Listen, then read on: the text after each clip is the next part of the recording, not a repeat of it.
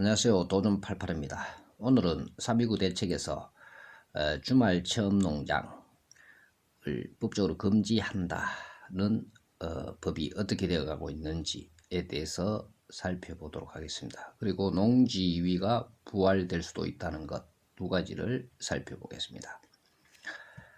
자, 주말 체험 영농 목적의 농지 취득 금지라는 개정안이 잠정적으로 유보되었다고 나왔고요. 농지위는 부활한다고 이렇게 되어가 있습니다. 자, 구체적으로 한번 살펴보겠습니다. 농지를 신규로 취득하거나 외지인이 농지를 매입하는 경우 농지위원회의 심사를 받게 됩니다. 이를 위해서 시구읍면에 10명에서 20명 규모로 농지위원회가 설치됩니다.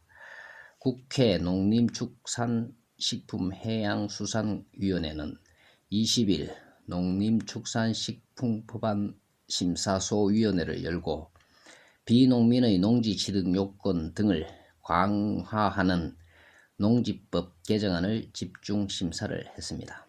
이날 심사한 10건의 개정안은 대부분 한국토지주택공사 즉 LH 직원의 땅 투기 의혹 이후 제기된 농지관리제도 개편 방향을 담은 것이어서 관심을 끌었습니다.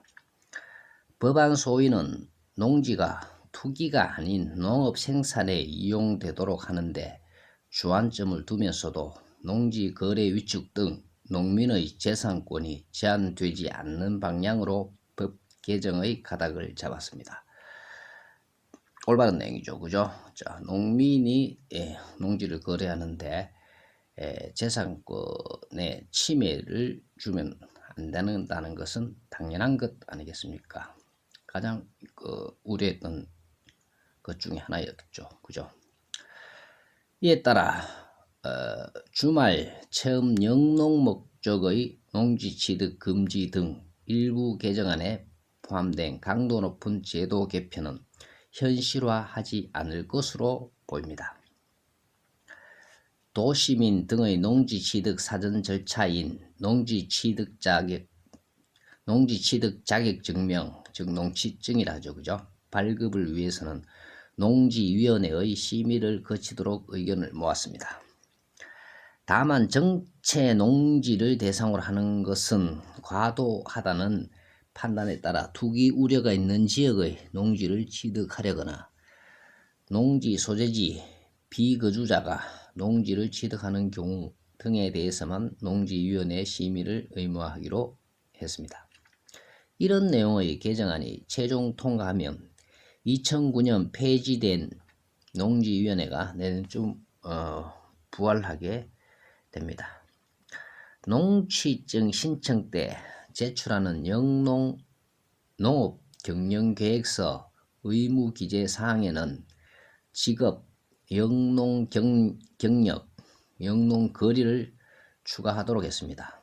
1996년 폐지된 통작거리를 부활하는 문제도 논의됐지만 영농계획서에 영농거리를 의무기재하고 이를 농취증 발급에 참고토록 하는 수준에서 접점을 찾았습니다. 심사에선 주말 체험 영농 목적의 농지 취득 대상에서 농업진흥지역을 배제하는 방안도 논의를 했습니다. 기반 정비가 이루어진 우량농지를 비농민이 주말농장 용도로 소유하면 농지의 효율적 이용이 저해된다는 게 주요 이유입니다.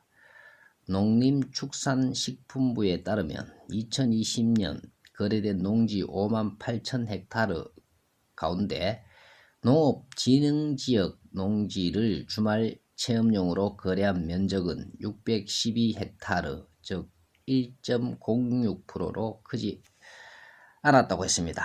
하지만 같은 해 주말 농장용으로 거래된 농지 3,313헥타르 가운데 농업진흥지역 비율은 18.5%로 무시할 수준이 아니라는 반론도 있었습니다. 농업진흥지역 농지 거래가 줄면 결과적으로 농민 재산권을 지배할 수 있다는 우려가 제기되면서 주말 농장용 대상 농지를 제한하는 방안은 추후 논의를 이어가기로 했습니다. 농지 임차료를 연간 농업생산액의 10% 이내로 묶는 방안도 합의를 보지 못했습니다. 임차료 제한이 임차농 보호 차원에서 유리하지만 농지 소유자의 재산권을 침해하는 만큼 최소한의 범위에서 제한해야 한다는 입장이 엇갈려서입니다. 농해수위는 26일 법안 소위를 열어 농업 경영체 육성 및 지원에 관한 법률 개정안 등 농지 관련 법안 심사를 계속하기로 했습니다. 이에 따라 농지법 등 농지관리제도 개편을 위한 법 개정 절차는 6월 임시국회에서 최종 마무리될 전망입니다. 감사합니다. 도전88이었습니다.